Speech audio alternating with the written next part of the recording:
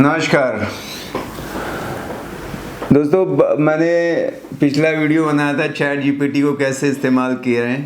पता है उसकी स्टोरी की मुझे बड़ी खांसी आ रही है, अभी भी आ रही है, वो जा ही नहीं रही है, मतलब ऐसे नहीं कि दवाई। तो हमको लगा कि कैसे शॉर्टकट में बनाए, तो चैट जीपीटी को यूज़ किया, बट वो सबसे अच्छा लगा, सबको मज़ा आ गया। तो उसका इतना अच्छा लगा तो हमने कहा पार्ट 2 बनाते हैं। और अभी मैं थोड़ा सा स्पिरिचुअल भी हो गया हूँ, तो मेरे एक चैनल और आ गया सनत महाराज के नाम से। अगर किसी को चाहिए कि हम काम तो अपनी करते हैं, लेकिन अपना कनेक्शन ऊपर वाले से रहे तो जल्दी काम हो जाता है, ऐसा मानना है मेरा। तो नीम करोली महाराज को मैं अपना गुरु मानता हूँ। खैर, तो अब हम चैट जीपीटी का पार्ट 2 शुरू करते हैं। आप लोगों को सबसे ज़्यादा जो मोस्टली क्वेश्चन जो मुझे पूछा गया वो था कि हम ये बिज़नेस को शुरू कैसे करें, तो वही क्वेश्चन को मैं पूछूंगा। अब मकसद ये है कि आप लोग को ट्रेंड कर देना, तो आपको भटकने की ज़रूरत नहीं है बहुत ज़्यादा। बहुत लोग ना कोर्स के नाम पे फंसा रहे हैं, जो कि यहीं से कंटेंट निकालते हैं और सब बता रहे हैं, बहुत सारे। तो कहीं अभी आपको ज़रूरत नहीं, मैंने आपको वो सीक्रेट बता दिया, ठीक है। और भी सारे सीक्रेट बता दूंगा। अभी अपन निस्वार्थ भाव से सेवा करेंगे दुनिया की। तो चैट जीपीटी को बात करते हैं।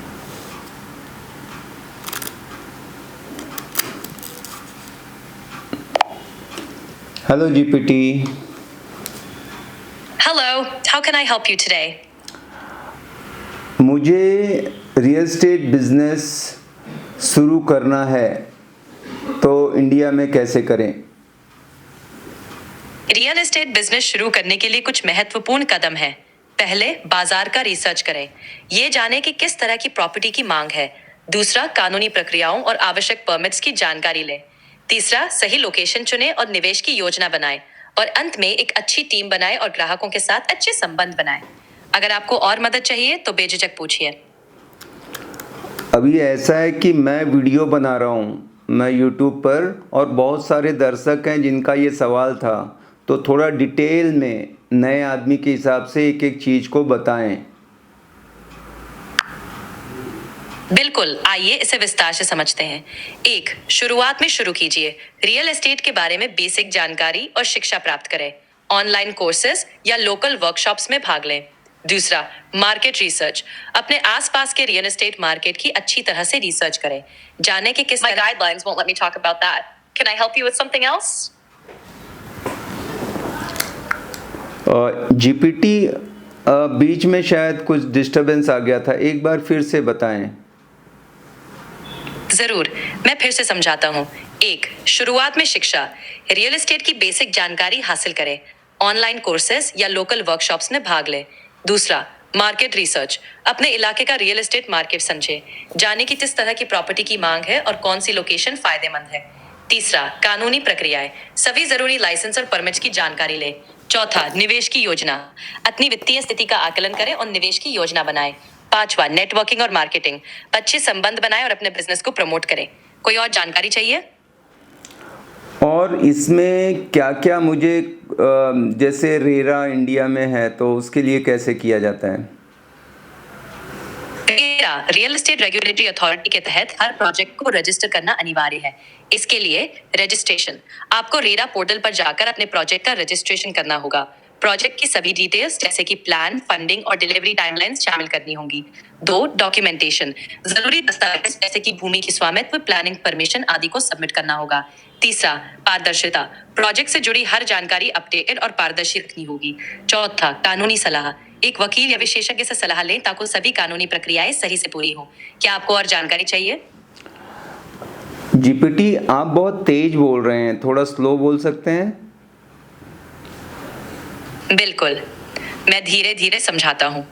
रेरा के तहत प्रोजेक्ट को रजिस्टर करने के लिए सबसे पहले आपको रेरा पोर्टल पर जाना होगा। एक मिनट। वहाँ प्रोजेक्ट की एक मिनट। हाँ, मैं मुझे रियल बिल्कुल। एस्टेट एजेंट बनने के बारे में जानकारी चाहिए।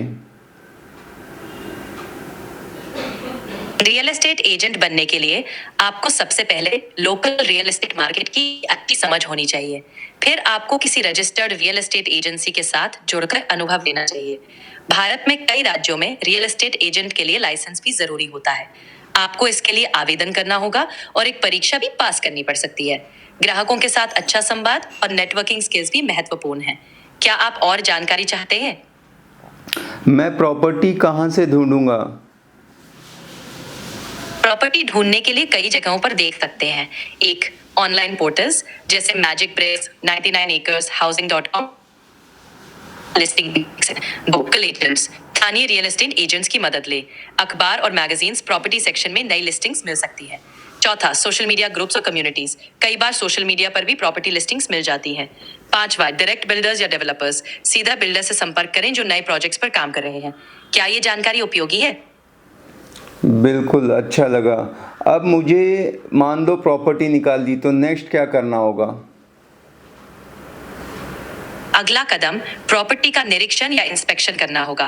प्रॉपर्टी की स्थिति, आसपास की सुविधाओं और कानूनी दस्तावेजों की जांच करें। इसके बाद विक्रेता से बातचीत करके कीमत तय करें। अगर सब ठीक है तो एग्रीमेंट तैयार करवाएं और एडवांस पेमेंट करें। अंत में कानूनी तौर पर प्रॉपर्टी का रजिस्ट्रेशन करवाएं। क्या आपको इस बारे में और जानकारी चाहिए? क्या मुझे किसी लॉयर की भी ज़रूरत पड़ेगी अगर मैं रियल एस्टेट का बिजनेस करूँगा? हाँ, एक वकील की मदद लेना बहुत फायदेमंद होगा। वकील प्रॉपर्टी के कानूनी दस्तावेजों की जांच करेंगे, ये सुनिश्चित करेंगे कि सब कुछ सही है और रजिस्ट्रेशन प्रक्रिया में मदद करेंगे। वे किसी भी कानूनी समस्या से बचने में आपकी सहायता कर सकते हैं। क्या आपको और कुछ जानना है? मुझे रियल एस्टेट में कितना कमीशन चार्ज करना होगा अपने ग्राहकों से? रियल एस्टेट एजेंट्स आमतौर पर 1% या 2% तक कमीशन चार्ज करते हैं, लेकिन ये प्रतिशत प्रॉपर्टी के प्रकार, लोकेशन और सौदे की जटिलता पर निर्भर करता है। कुछ मामलों में ये प्रतिशत अधिक या कम भी हो सकता है। आप अपने क्लाइंट के साथ स्पष्ट रूप से कमीशन की बात करें ताकि कोई भ्रम न रहे। आपके पास और कोई सवाल है? कॉलिंग का एक बहुत इम्पोर्टेंस होता है, तो कॉलिंग के कुछ टिप्स कि अपने कस्टमर से कैसे कॉल करके विजिट पे बुलाएं, बता सकते हैं?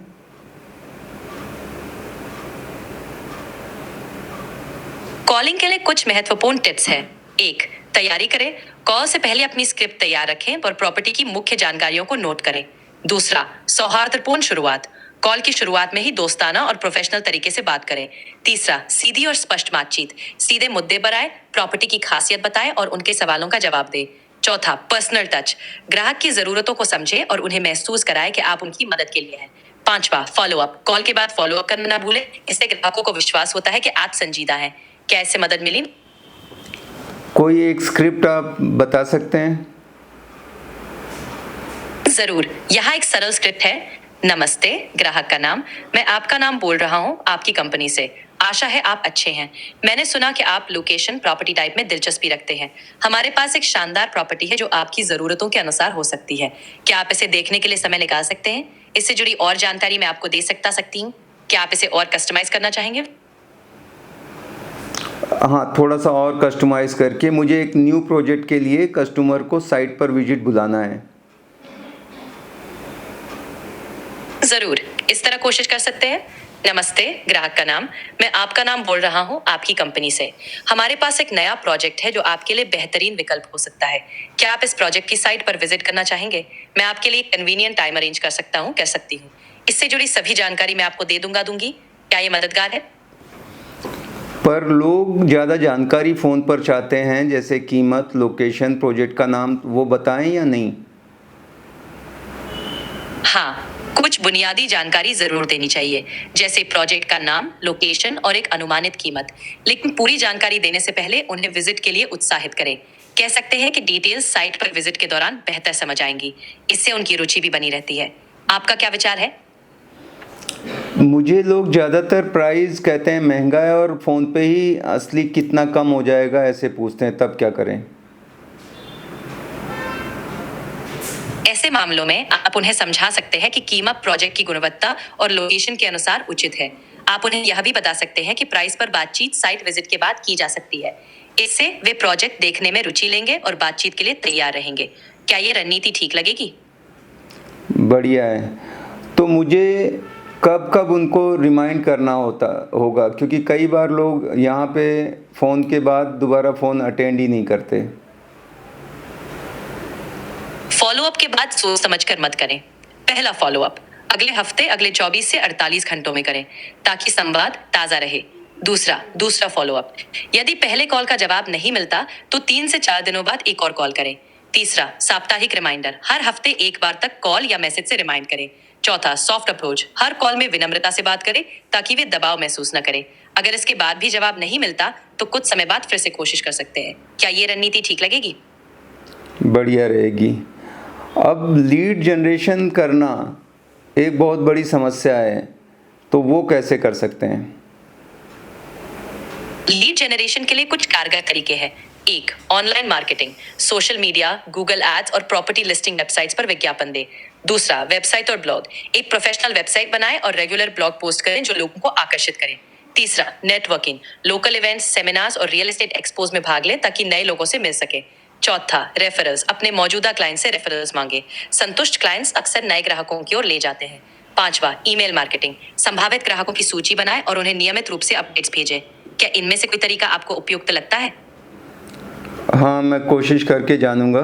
मुझे और जानना है कि शुरुआत में क्या मैं बहुत सारे एम्प्लॉई ऑफिस लेके करूँ या पहले अकेले ही चालू करूँ? शुरुआत में छोटे पैमाने पर काम करना समझदारी हो सकती है। पहले खुद ही शुरू करें, इससे आप खर्चे कम रख सकेंगे और बिजनेस के हर पहलू को अच्छी तरह समझ सकेंगे। जैसे जैसे आपका बिजनेस बढ़ता है, आप जरूरत के हिसाब से एम्प्लॉइज और ऑफिस स्पेस जोड़ सकते हैं। इससे आपको अपनी आवश्यकताओं और बजट के अनुसार बिजनेस का विस्तार करने में आसानी होगी। क्या ये सलाह उपयोगी है? उपयोगी। शुरू में मेरे पास क्या क्या चीज़ें होनी चाहिए, जैसे कि कोई एक गाड़ी, मोबाइल फ़ोन, और क्या ऐसे मिनिमम क्या क्या चीज़ें होनी चाहिए? शुरुआत में कुछ बुनियादी चीजें होनी बहुत जरूरी हैं। 1. मोबाइल फोन, ग्राहकों और क्लाइंट्स के साथ संपर्क में रहने के लिए। 2. Internet connection, online research, listings और सोशल मीडिया के लिए। लैपटॉप या कंप्यूटर, डॉक्यूमेंटेशन, मार्केटिंग और अन्य काम के लिए। तीसरा वाहन या कार, प्रॉपर्टी साइट्स पर जाने और ग्राहकों को दिखाने के लिए। 5. विजिटिंग कार्ड्स, प्रोफेशनल इंप्रेशन के लिए। 6. जरूरी दस्तावेज जैसे प्रॉपर्टी डिटेल, ब्रोशर और प्रेजेंटेशन मटेरियल। क्या आपको और कोई जानकारी चाहिए? ड्रेस कोड भी एक बहुत इम्पॉर्टेंट होता है, तो उसमें कुछ आप सुझाव देंगे? बिल्कुल, ड्रेस कोड बहुत महत्वपूर्ण है।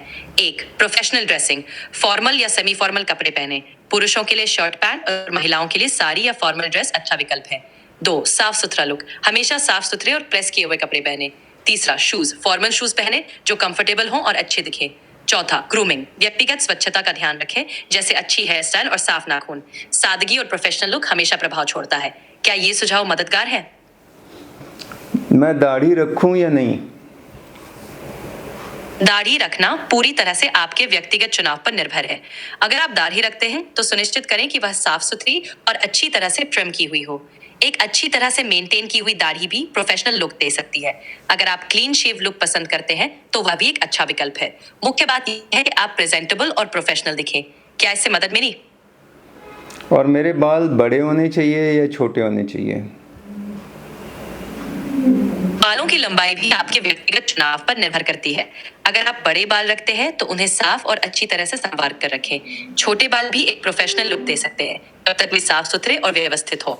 मुख्य बात यह है कि आपका लुक प्रेजेंटेबल और प्रोफेशनल दिखे। क्या ये सलाह उपयोगी है? मुझे ऑफिस का टाइम क्या रखना चाहिए? ऑफिस का समय आपकी और आपके क्लाइंट्स की सहमत के हिसाब से तय करें। आमतौर पर सुबह 9 बजे से शाम 6 बजे तक का समय अच्छा होता है, क्योंकि इस दौरान ज्यादातर लोग उपलब्ध होते हैं। आप अपने क्लाइंट्स की जरूरतों के हिसाब से फ्लेक्सिबल भी रह सकते हैं, खासकर अगर वे किसी खास समय में मिलना चाहते हैं। क्या ये सुझाव मददगार है? ऑफिस मुझे किस दिन क्लोज रखना चाहिए? ऑफिस कब रखा जाएगा, एक दिन रखना अच्छा होता है, जैसे रविवार। इससे आपको भी आराम का समय मिलेगा और ग्राहक भी समझते हैं कि संडे आमतौर पर छुट्टी का दिन होता है। लेकिन अगर आप किसी और दिन को चुनना चाहें तो वो भी ठीक है। क्या ये सलाह सही लगती है?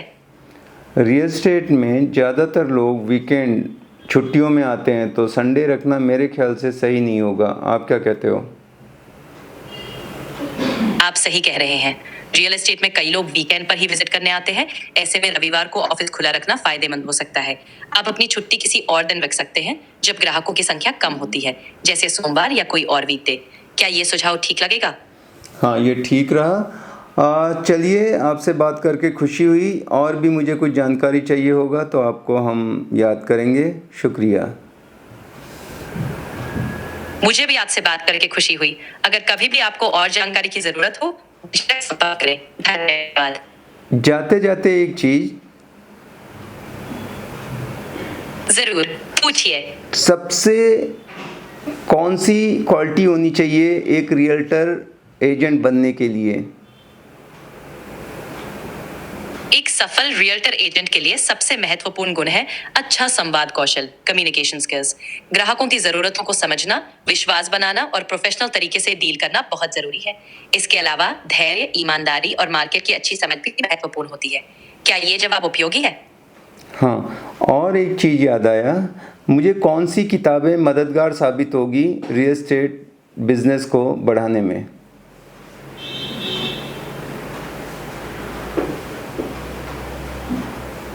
कुछ किताबें जो आपको मदद कर सकती हैं।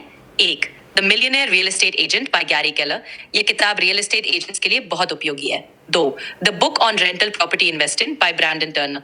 ये किताब निवेश और प्रॉपर्टी मैनेजमेंट के लिए है। 3, real estate investing for dummies by Eric Tyson and Robert S Griswold. शुरुआती लोगों के लिए बढ़िया गाइड है। इनसे आपको अच्छी समझ मिलेगी। क्या ये मददगार है?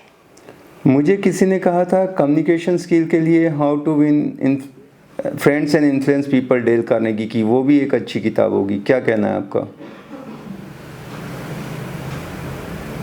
हाँ, how to win friends and influence people by Dale Carnegie एक बेहतरीन किताब है।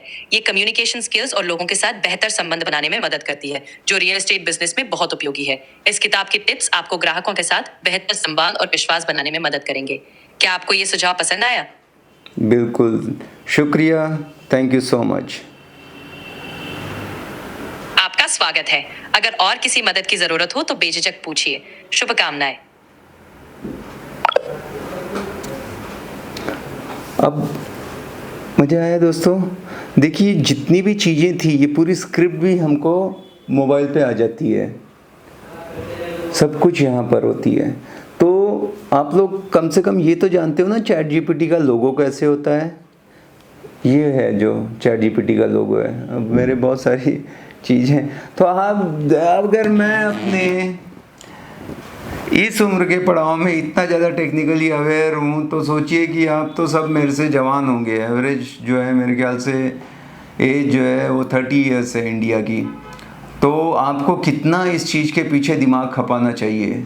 ऐसा कोई क्वेश्चन नहीं है जिसका आंसर उसके पास नहीं है। ठीक है, थोड़ा बहुत और ऐड कर सकते हैं, बट अब आपको और कहीं जाने की ज़रूरत नहीं है। या आप ये नहीं कह सकते कि मुझे कोई बताने वाला नहीं है सर, मुझे कोई सिखाने वाला नहीं है। और not only real estate, you can ask any question about your life। तो इतना ज़्यादा ये पावरफुल है, ये अलादीन का चिराग है। अगर इसको जो चाहे वो यूज़ कर सकते हो। आपको कम्युनिकेशन स्किल भी सुधारनी है, you just communicate with the chat GPT कि hey chat, I want to improve my English, can you talk with me. And when you are speaking, just tell him कि please correct whenever I am wrong। और जैसे आपकी pace है जो है, और 100 बार पूछो, वो तो कुछ ऐसा नहीं, इरिटेट नहीं होंगे। बॉस, कितने ऐसे लोग हैं जो स्पीकिंग लैंग्वेज, ये बिजनेस और वो कोर्स और सबका एकदम डब्बे में जाने वाले हैं वो लोग। ये राज बहुत दिन से हमको पता है पर हमने बताया तो हमने कहा बहुत लोगों की रोजी रोटी जाएगी। बट क्योंकि आप लोगों से प्यार इतना करता हूँ, हमसे रहा नहीं गया। कोई सीक्रेट हम छुपा के नहीं रख सकते। दिल से बता रहा हूँ। एक ही मेरी कामना रहती है कि आप लोगों को मैं कितना कहाँ से मैं ढूंढ के ला के बता दूँ सीक्रेट। मुझे कभी इस बात की चिंता नहीं होती कि यार अपने सब्सक्राइबर बढ़ रहे हैं या घट रहे हैं। मुझे जो दिल से आता है मैं वो करता हूँ। ठीक है, आप लोग इसका फ़ायदा लें, तरक्की करें, पैसे बनाएं। नया साल आने वाला है, आपकी ज़िंदगी में खुशियाँ ही खुशियाँ हो, यही मैं दुआ करता हूँ। और अब ये एक और कमेंट करें कि क्या चैट जीपीटी पे और वीडियो चाहिए या बस हो गया? ठीक है, with this I am done. Thank you so much. मिलते हैं अगले वीडियो में। Bye bye, take care.